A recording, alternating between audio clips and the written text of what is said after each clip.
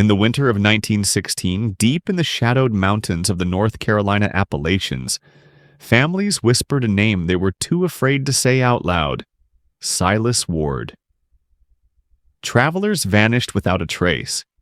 Cabins were found abandoned, doors left hanging open, fires still burning, but not a single soul inside. Locals said Silas Ward wasn't just a man. He was a nightmare that walked on two legs. And the deeper you dig into his story, the more horrifying the truth becomes. Before we get into this chilling Appalachian tale, hit that subscribe button and tell me in the comments where in the world you're watching from. Your support helps keep these forgotten stories alive. On the morning of March 17th, 1916, a young boy named Thomas Pritchard ran barefoot through 2 miles of frozen mountain trail to reach the town of Willow Creek, North Carolina. His feet were bleeding, his clothes were torn, and when Sheriff Edmund Cartwright finally got the boy to speak, all he could say was, "The Ward place. Something's wrong at the Ward place." What they found there would become one of the most disturbing cases in Appalachian history. A case that would remain sealed in county records for over 60 years. A case that, even now, raises questions nobody wants to answer. This is the story of Silas Ward. The mountain people of Madison County had a saying in those days: "Mind your own hollow, and the hollow minds you." It was a philosophy born from necessity. These were communities separated by ridges so steep that neighbors might go months without seeing each other. Families lived by their own rules, kept their own counsel, and expected others to do the same. Silas Ward understood this better than most. He had arrived in Madison County sometime in 1909. The records are unclear about where he came from, and that wasn't unusual. The Appalachian Mountains had always been a place where men could disappear from their past lives.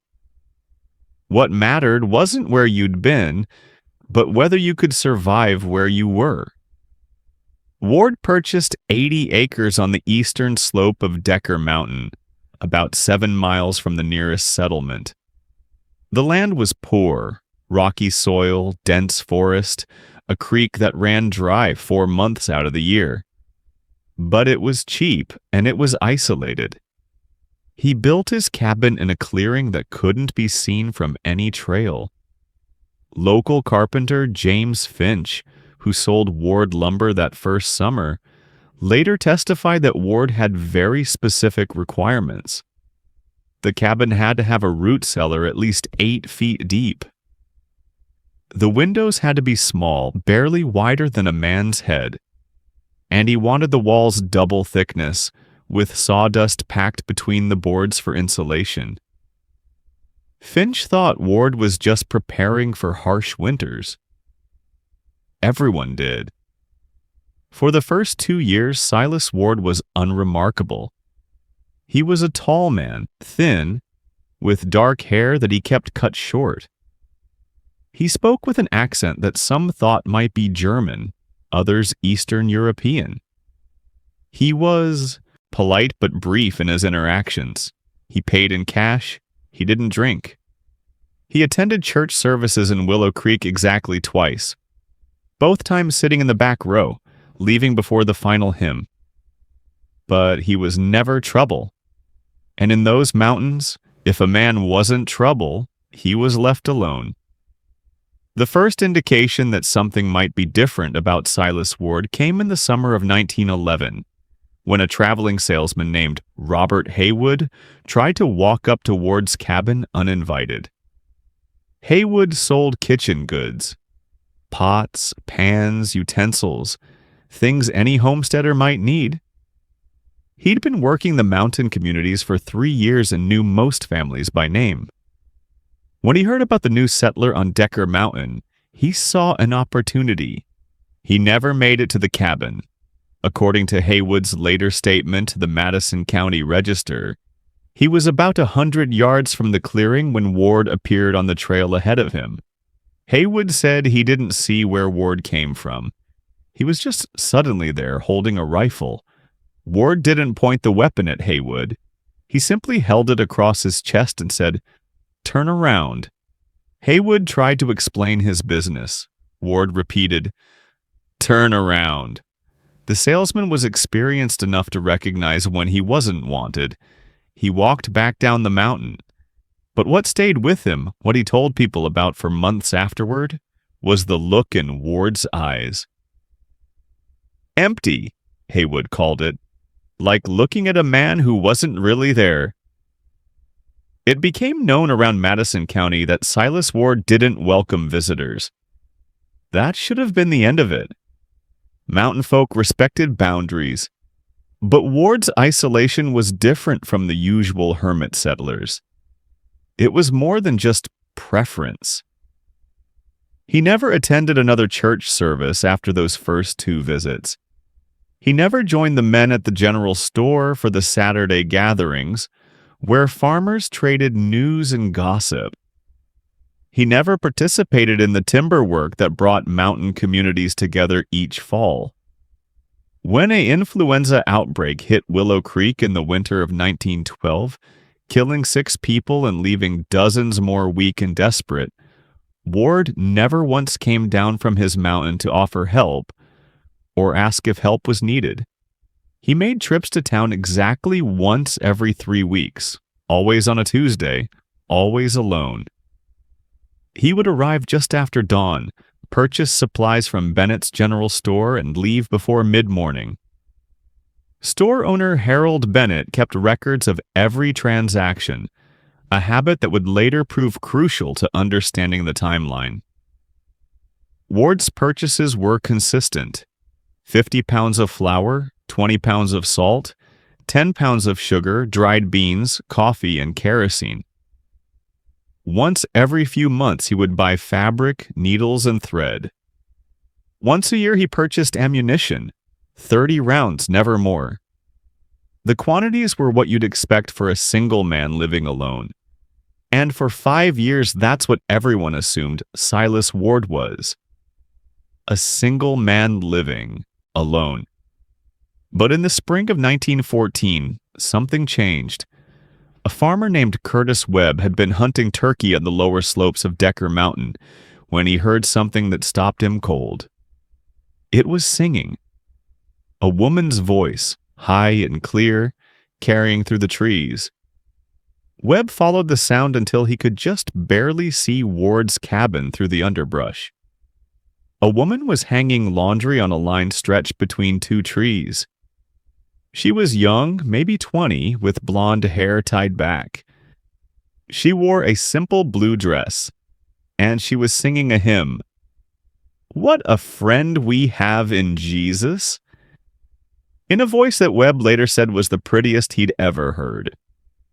When Webb mentioned this to his wife, she immediately wanted to know more. Who was the woman? Where had she come from? Was Ward married? These questions rippled through Willow Creek with the speed that only gossip can achieve. Within a week, half the town was speculating about Silas Ward's mysterious wife. But nobody had seen Ward with a woman. Nobody had seen him travel with a companion. And when Harold Bennett checked his records, Ward's purchases hadn't increased. Still buying supplies for one person. Still arriving alone. The more curious residents of Willow Creek considered paying Ward a visit to meet his wife, but everyone remembered Robert Haywood and the rifle. Ward had made his feelings about visitors clear. 3 months passed. Then in August of 1914, Curtis Webb was hunting on Decker Mountain again. And once more he heard singing. The same woman's voice, the same hymn. He crept close enough to see the cabin, and there she was, the blonde woman, hanging laundry just as before. But Webb was certain this wasn't the same day. He recognized the trees in their late summer foliage. He could see that Ward had cleared more timber from the far side of the clearing. This was months later, and she was singing the exact same hymn, in the exact same way. Webb told his wife that something about it felt wrong. The woman's voice was beautiful, but there was something mechanical about it. Like she was performing rather than singing for joy. Like she'd been told to sing, and sing she did. The same song over and over. His wife told him he was imagining things. Mountain women often sang while they worked. What was strange about that? But Webb couldn't shake the feeling, and when he happened to be in Willow Creek the next Tuesday, he made a point of being outside Bennett's store when Silas Ward arrived. Ward's routine was precise. He tied his mule to the post, entered the store, spoke his list to Harold Bennett, paid in cash, loaded his supplies, and left. The entire process took approximately 15 minutes. Webb watched from across the street. He saw Ward's face, and for the first time, he got a good look at the man. Ward's expression was blank, mechanical. He moved efficiently without wasted motion. When Bennett tried to make small talk, commenting on the weather, asking about the hunting on Decker Mountain, Ward responded with single words. Fine. Adequate. Yes. When Ward left, Webb crossed the street and entered the store. Harold, he said, does Ward ever mention a wife? Bennett shook his head. Never. Why? Webb told him about the woman he'd seen, and as he spoke, Bennett's expression changed. How long have you been seeing her? Bennett asked. Since spring, Webb said. 4 months or so. Bennett walked to his ledger and opened it to Ward's account. He ran his finger down the columns of purchases. Curtis, he said slowly. Ward's buying the same supplies he's always bought. Same quantities. If he's got a wife up there, they're surviving on half rations. The two men looked at each other. An uncomfortable possibility was taking shape between them, though neither wanted to speak it aloud. Maybe she brings in money some other way, Webb suggested. Maybe she's got family that helps. Maybe, Bennett said, but he didn't sound convinced. Word of the woman on Decker Mountain continued to circulate, but it remained just talk. Mountain communities had a high tolerance for unusual behavior. As long as Ward wasn't causing problems, as long as he paid his bills, people were inclined to let him be. Then, in October of 1914, a young woman named Margaret Stevens went missing. Margaret was 17 years old, the daughter of a tobacco farmer named Aaron Stevens, who lived about 12 miles south of Willow Creek. She'd been engaged to marry a local boy named David Foster, and by all accounts she was happy about the upcoming wedding. The date was set for November. On October 8th, Margaret left her family's farm in the early morning, intending to walk to her aunt's house 3 miles away to help with preserving vegetables. It was a trip she'd made dozens of times. The route followed a well-traveled road through cleared farmland. There was no reason to expect trouble. She never arrived. David Foster organized a search party that same afternoon. More than 40 men combed the route between the Stevens farm and the aunt's house. They found nothing, no sign of a struggle, no torn clothing, no indication that Margaret had ever traveled that road that morning. Sheriff Cartwright was brought in. He expanded the search, bringing in tracking dogs. The dogs followed a scent from the Stevens farm, but lost it after about half a mile, near a creek crossing where the road passed through a small wooded area. The search continued for 3 weeks. Volunteers checked every barn, every abandoned structure, every cave within 20 miles. They dragged the creek. They questioned every traveling salesman, every stranger who'd been seen in the area. Margaret Stevens had simply vanished. Her father was destroyed. Her mother stopped speaking for 2 months. David Foster volunteered for the army in 1917 and died in France, and his family always said he'd been trying to escape the ghost of the girl he'd lost. But Margaret Stevens was not the first young woman to disappear in Madison County, and she would not be the last. In January of 1915, a 20-year-old woman named Clara Dawson went missing from the town of Marshall, about 15 miles northwest of Willow Creek. Clara worked as a seamstress and lived with her widowed mother.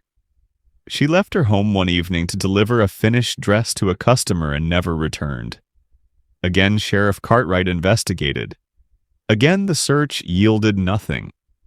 Then, in May of 1915, 18-year-old Ruth Parker disappeared from her family's farm near Hot Springs. She'd been working in the garden in full view of the house when her mother went inside to start supper. 20 minutes later, when her mother called her in, Ruth was gone. The garden gate was open. The basket Ruth had been filling with peas was overturned. 3 young women. 3 disappearances. No bodies. No witnesses. No clues. Sheriff Cartwright began to suspect they were dealing with someone who was taking these women deliberately.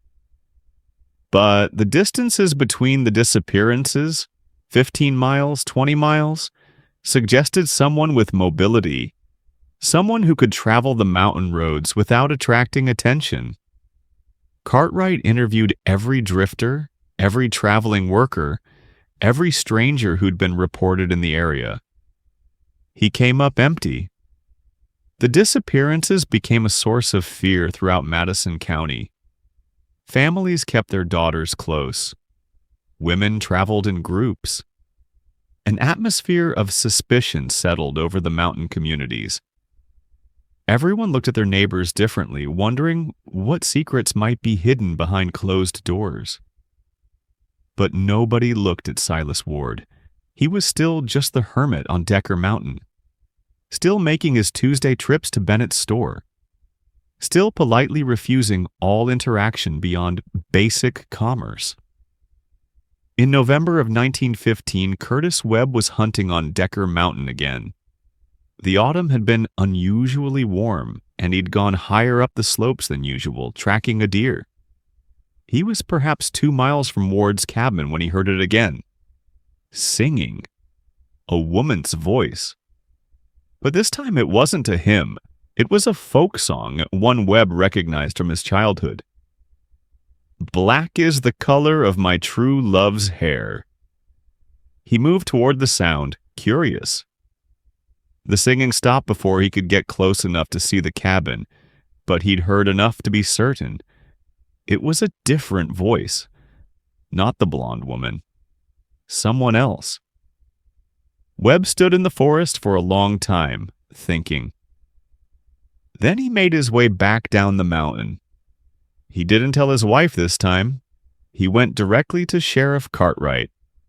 Cartwright listened to Webb's story, his expression growing more troubled with each detail. When Webb finished, the sheriff sat back in his chair. "How many women have you heard up there?"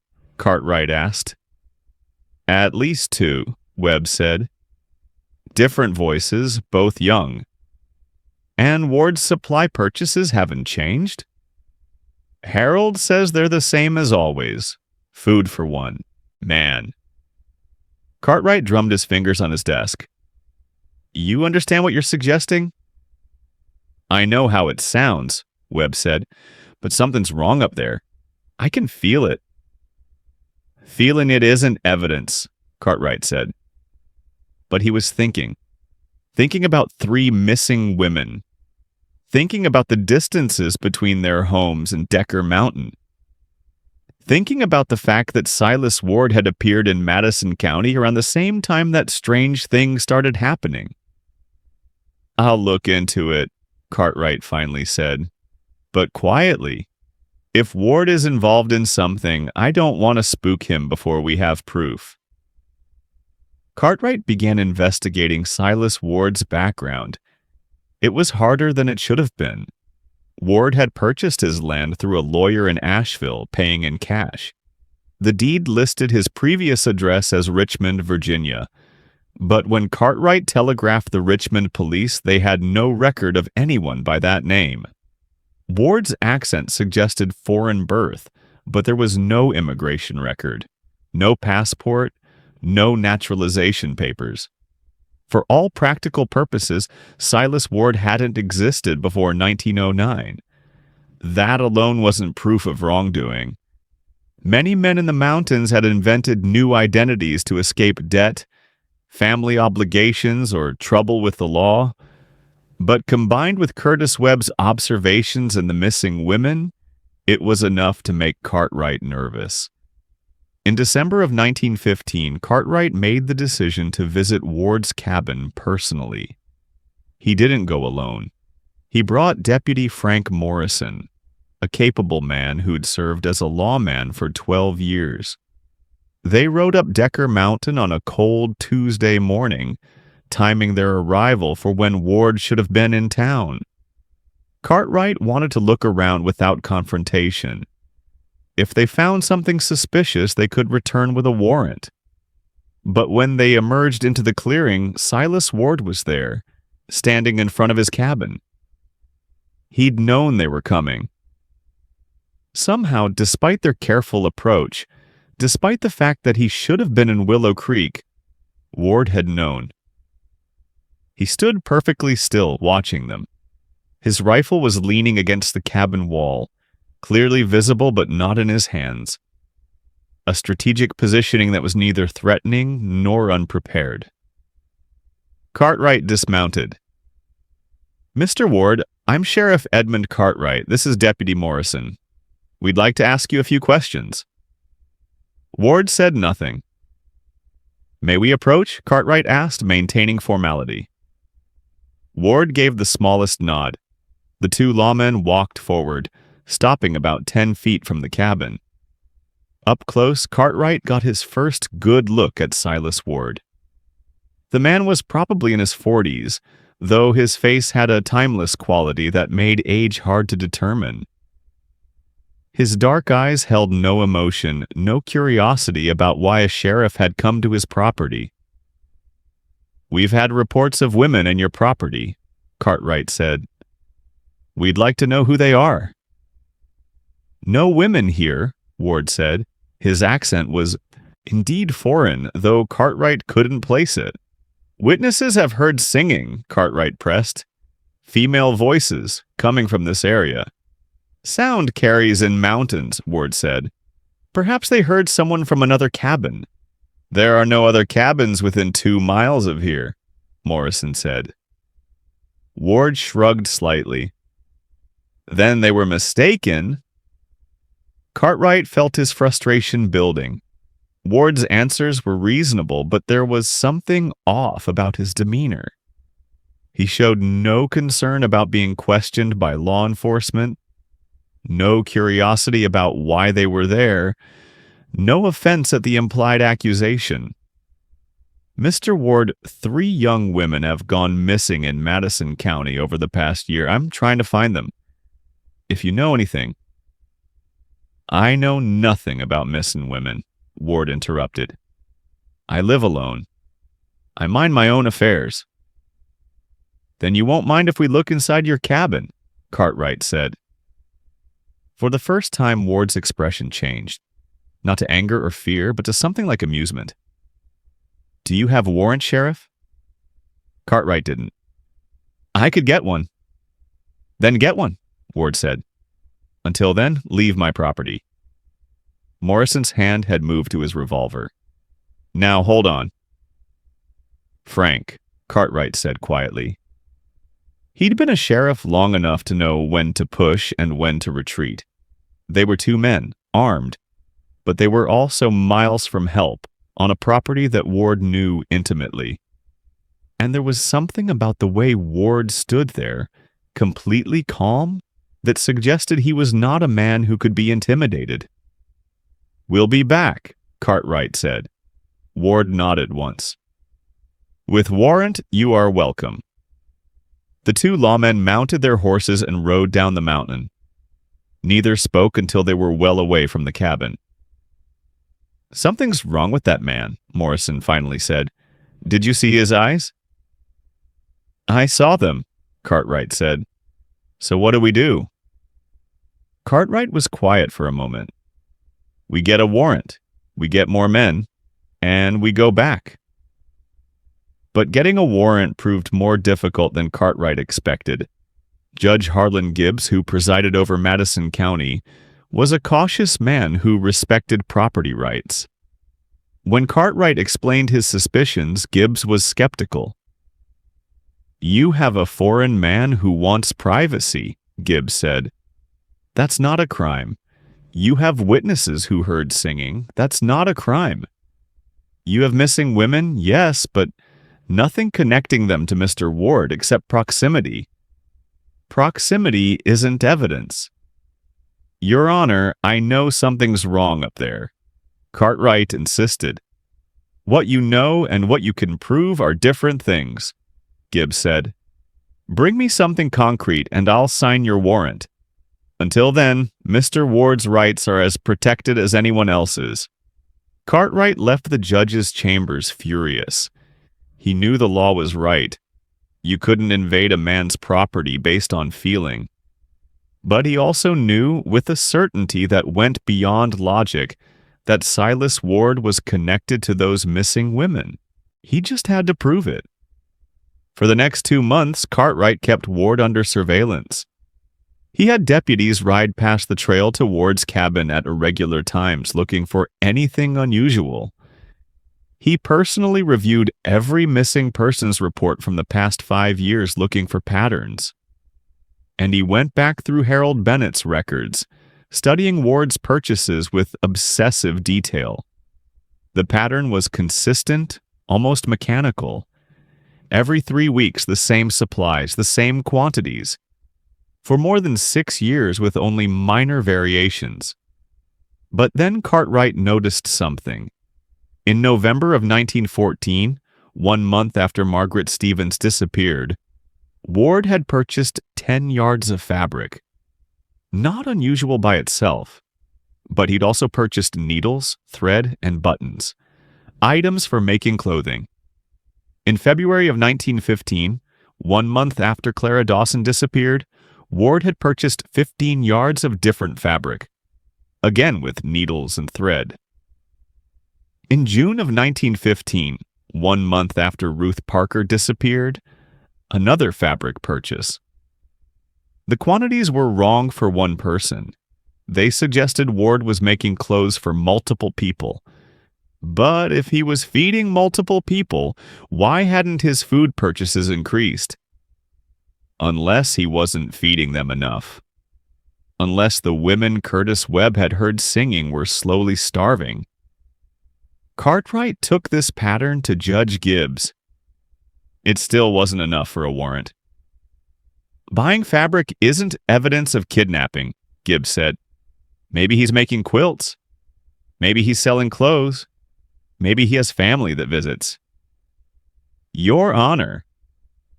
"Sheriff, I understand your frustration, but I cannot authorize you to invade a man's home based on the fact that he buys fabric. Bring me something substantial." Cartwright knew he was right. He also knew he was running out of time. If Ward was holding women captive, their situation grew more desperate with each day that passed. He made a decision that would haunt him for the rest of his life. He decided to wait, to watch, to gather evidence slowly and carefully until he had an ironclad case that Judge Gibbs couldn't refuse. It was the right legal decision. It was also the wrong moral one.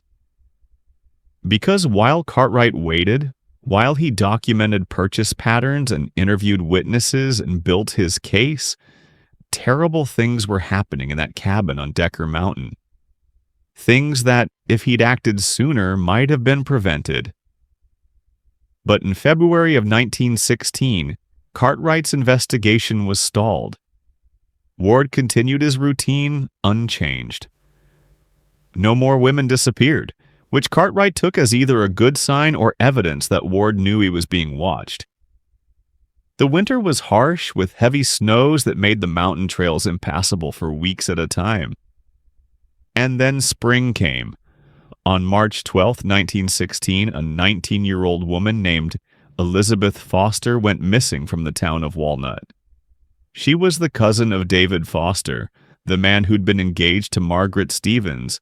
She'd been visiting family and was last seen walking to church on a Sunday morning. Once again, there was no sign of struggle, no witnesses, nothing.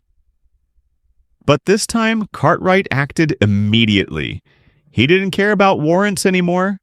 4 women were missing, possibly dead. He was done following procedures that went nowhere. On March 15th, he assembled a group of 8 men, deputies, volunteers, experienced trackers. They were armed. They were prepared for resistance. They rode up Decker Mountain with the intention of searching Ward's property, warrant or not.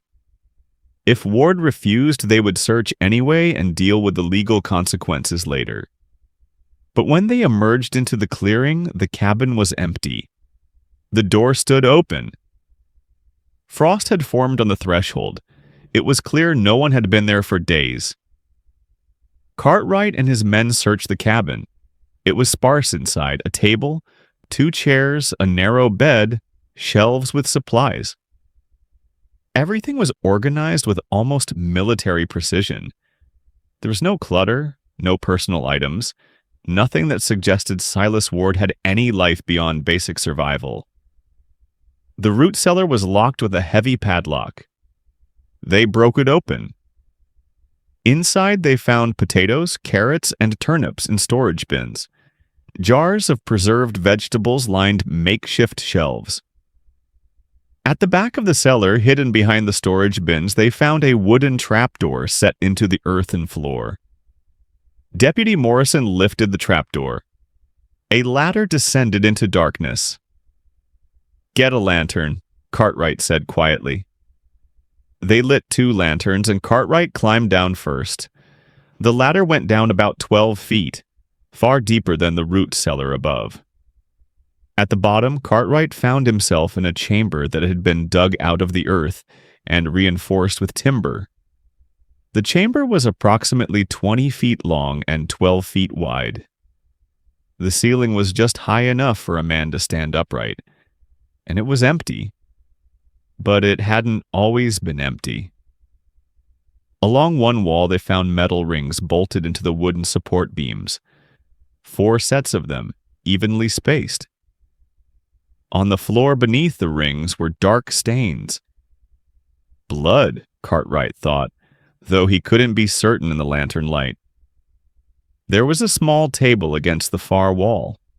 On it were several items: a Bible, a hairbrush, a small wooden box containing women's jewelry, and a notebook.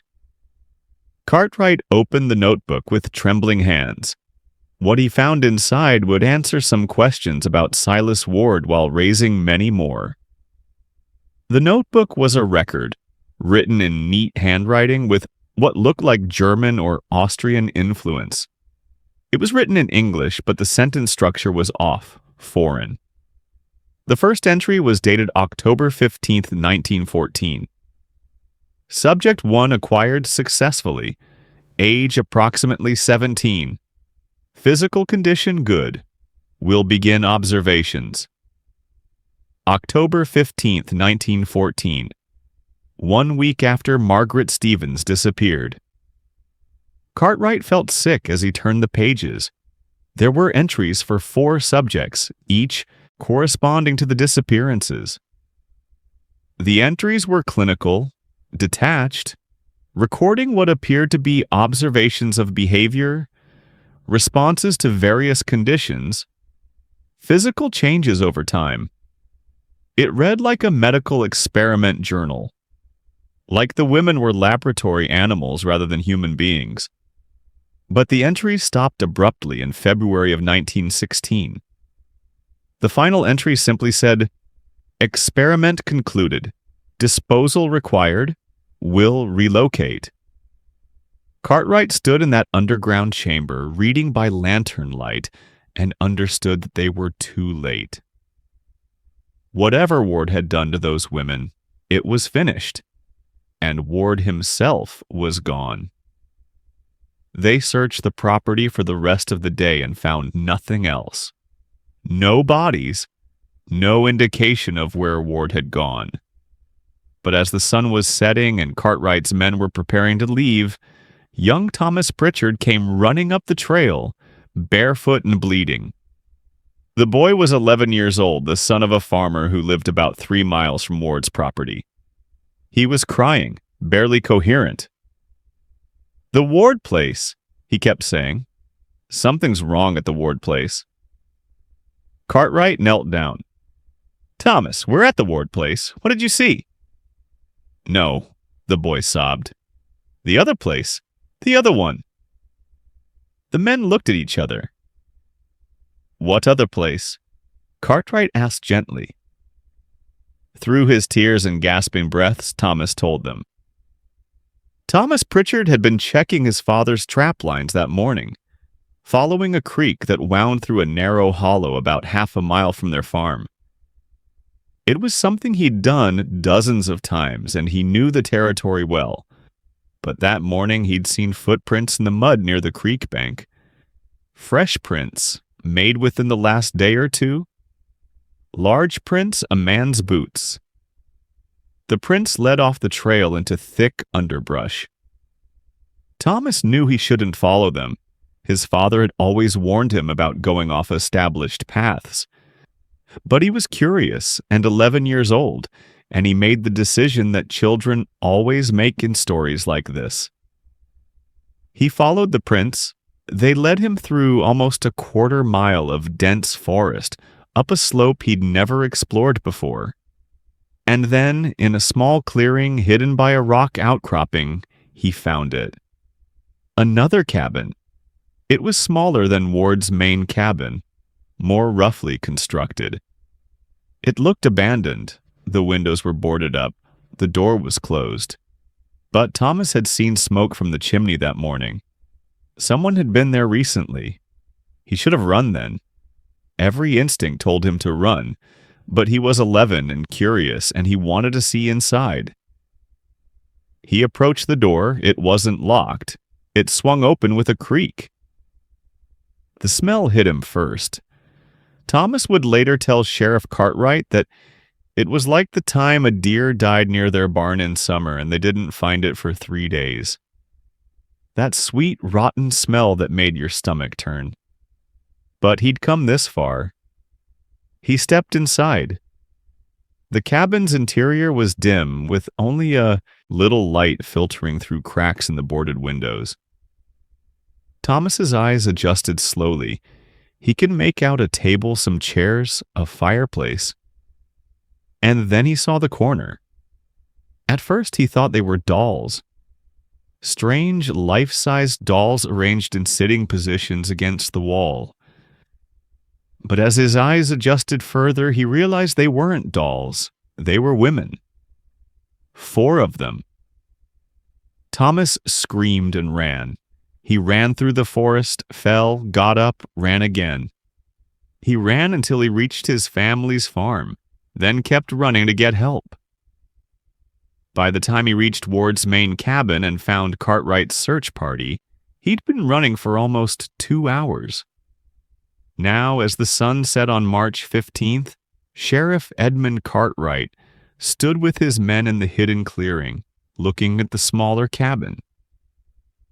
"Everyone stay behind me," he ordered. He drew his revolver. The door was still open from when Thomas had fled.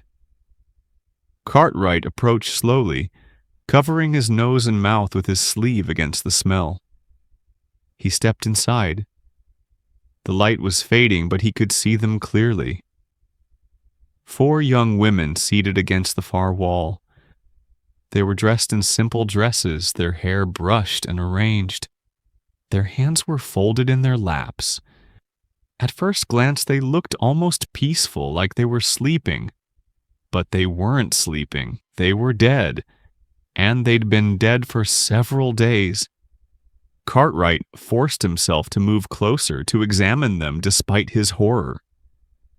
3 of the women he recognized from photographs he'd circulated during his investigation: Margaret Stevens, Clara Dawson, and Ruth Parker.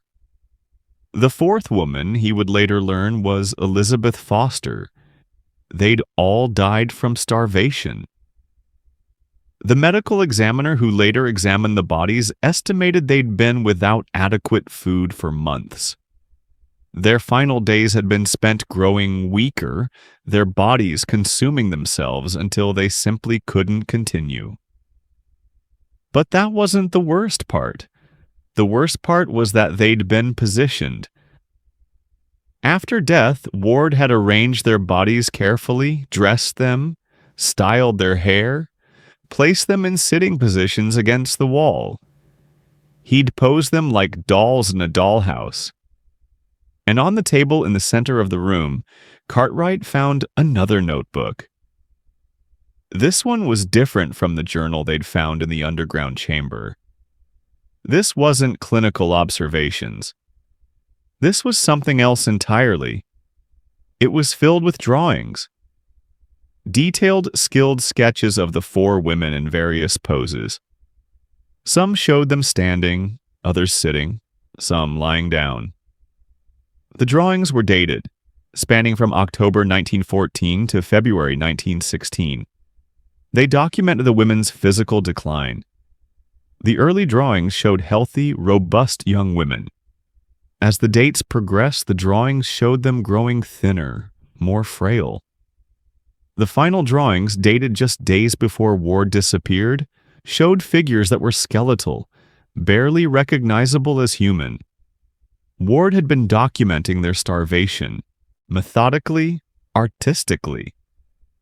And there was one more detail that made Cartwright's blood run cold. On the final page of the notebook, Ward had written a single sentence in his careful, accented English. "The process is complete. I understand now." Understand what? Cartwright would spend the rest of his life wondering. But there was no time for contemplation that evening. Cartwright had 4 dead women to recover, a family to notify, and a killer to find. They wrapped the bodies carefully and brought them down from the mountain on travois built from pine branches.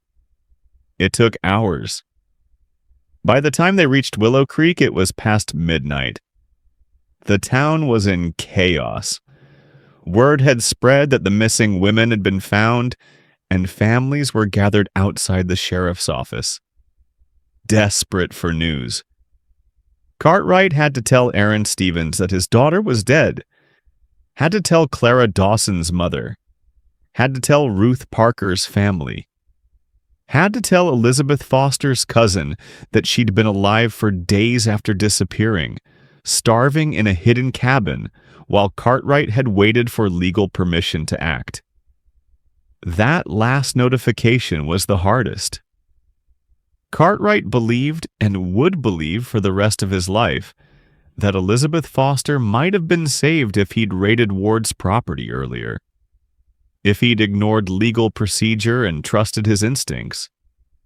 It was a guilt that would drive him to the edge of madness in the years that followed. But on that night, there was no time for guilt. There was only the grim work of documentation and the urgent need to find Silas Ward. Cartwright sent telegrams to every sheriff's department, within 100 miles, describing Ward and warning that he was dangerous. He contacted the state police. He offered a reward for information leading to Ward's capture. And then he returned to Decker Mountain with a larger group of men to conduct a more thorough search. What they found over the next 3 days would answer some questions about Silas Ward, while creating an even more disturbing picture of what had happened in those mountains. The underground chamber beneath Ward's root cellar was examined more carefully in daylight. The dark stains on the floor were confirmed to be blood, though not enough blood to suggest the women had been killed there.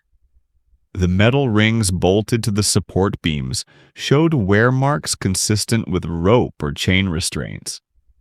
But it was clear this chamber hadn't been used recently. The dust on the floor was undisturbed except for where Cartwright's men had walked. Whatever Ward had done in this space, he'd stopped doing it months or even years before. Deputy Morrison discovered a false wall at the back of the chamber, hidden behind stacked crates.